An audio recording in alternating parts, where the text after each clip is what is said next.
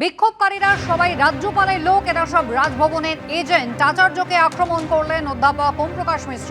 রাজ্যের 18টি বিশ্ববিদ্যালয়ে রাজ্যপালের রাজত্ব চলছে, এমনটাই তার বক্তব্য। পাম্প চালিয়ে উঠছে বিল, কেএসবি পাম্প বাঁচায় বিদ্যুৎ, বিলের প্রবলেম গেল। বিদ্যুৎ সাশ্রয়কারী জার্মান টেকনোলজিতে তৈরি কেএসবি পাম্প। পয়সা বাঁচাও, টেনশন ভাগাও। একজন অধ্যাপক হিসেবে আপনি এটা কিভাবে দেখছেন? বিশ্ববিদ্যালয়ে পুলিশ ঢোকা উচিত কি উচিত? আপনার উচিত এই প্রশ্নটা আর কি প্রফেসর ভাস্কর গুপ্ত উনি আমাদের বর্তমানে উনি এটা দায়িত্বে আছেন, আর রাজ্যপালকে জিজ্ঞাসা করা উচিত। কারণ কি রাজ্যপাল বিশ্ববিদ্যালয়গুলিকে সরাসরি তার হস্তক্ষেপের মাধ্যম দিয়ে করায়ত্ত করে রেখেছেন। তার মধ্যে যাদবপুর ইউনিভার্সিটি আছে, 18টা বিশ্ববিদ্যালয় আছে। পশ্চিমবঙ্গে 36টা বিশ্ববিদ্যালয়ের মধ্যে 18টা বিশ্ববিদ্যালয়তে তো রাজ্যপালের রাজত্ব চলছে। এখানে যারা এই সমস্ত করছে এরা তো আসলে গভর্নরের লোক, গভর্নরের সঙ্গে কথা বলছে। তো এই প্রশ্নটা আপনার যেটা প্রশ্ন সেটা তো গভর্নরকে জিজ্ঞাসা করতে হয়।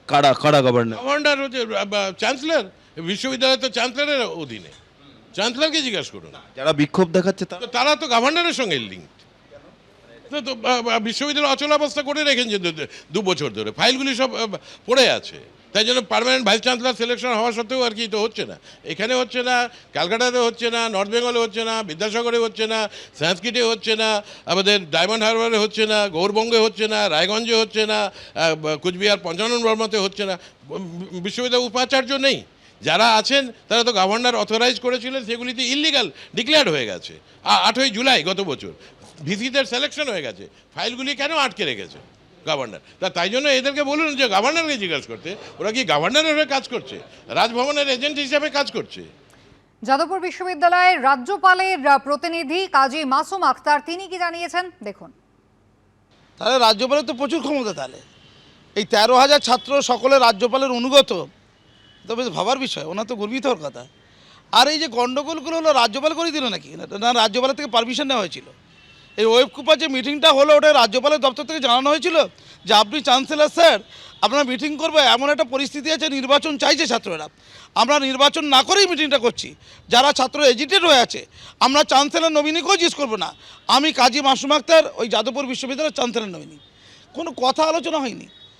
ওরা 1 সপ্তাহ আগে থেকে ওই ছাত্ররা ওই ঘোষণা করেছিল আমরা শিক্ষামন্ত্রী এলে ঝামেলা করব, আমরা বিক্ষোভ করবো। 1 সপ্তাহ আগে থেকে আমি জানি, ভাইস চ্যান্সেলর জানার কথা, ওম প্রকাশ বাবুদেরও জানা উচিত। যদিও ওম প্রকাশ বাবু আমাদের এই সর্বোচ্চ নীতি নির্ধারক কমিটি এক্সিকিউটিভ কাউন্সিলে উনি নেই, উনি একজন অধ্যাপক, সিনিয়র অধ্যাপক। তাহলে এই যে ঘটনা ঘটলো, যে ঘটনাতে একটি বাচ্চা চাকার কাছে পড়ে গেল ছাত্র, এবং যে ঘটনা শিক্ষামন্ত্রী নিরাপত্তাহীনতার মধ্যে পড়লো, এই ঘটনার জন্য কি রাজ্যপাল দায়ী ছিল? উত্তর দিন। গতকাল যখন বিশ্ববিদ্যালয় চত্বরে পৌঁছন অধ্যাপক ওম প্রকাশ মিশ্র, তাকে একেবারে দরজাতেই আটকে দেন এসএফআই এর ছাত্রছাত্রীরা। পোস্টার নিয়ে তারা তাদের পথ অবরোধ করেছিলেন, আটকেছিলেন, যদিও পরে কিন্তু নিজের অফিসেই ঢোকেন। ঠিক কি পরিস্থিতি তৈরি হয়েছিল যাদবপুর বিশ্ববিদ্যালয় দেখুন একবার।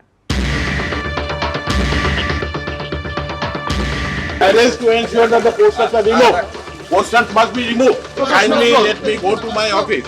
Kindly let me go to my office. ওম প্রকাশ মিশ্রের বিরুদ্ধে পদক্ষেপ নেওয়া উচিত ছিল। আজকে আমরা যেটা দেখলাম, তিনি ক্যাম্পাসে ঢুকছেন এবং তার সাথে পুলিশ ঢুকছে। শিক্ষাঙ্গনে কিন্তু কোনোভাবেই পুলিশ কাম্য নয়। পুলিশকে ডাকার এখতিয়ার আমার নেই, আমি ডাকিনি। আমাদের এক প্রতিনিধি দল অথরিটির সাথে কথা বলতে গেছে যে কার পারমিশনে ডিপার্টমেন্টের ভেতরেই একজন ছাত্র পেটানো শিক্ষক পুলিশ ঢুকিয়ে বসে আছে। ওম প্রকাশ মিশ্র যখন তার দপ্তরে বসে, দপ্তরের বাইরে পড়ুয়ারা এখানে তারা বিক্ষোভ দেখাচ্ছেন হাতে প্ল্যাকার্ড নিয়ে, আবার নিগ্রহ করতে চান স্যার, ঢুকতে হলে আমাদের মেরে ঢুকুন, এই ধরনের পোস্টার নিয়ে তারা বসে আছেন। আমার ঘরে তারা কেন ঢুকবে? ঘরের বাইরে বসে আছে। This is a direct provocation, this is trying to invite violence, মানে বাই দেম। এটা যারা করছে তারা বেসিক্যালি এক ধরনের ভায়োলেন্স।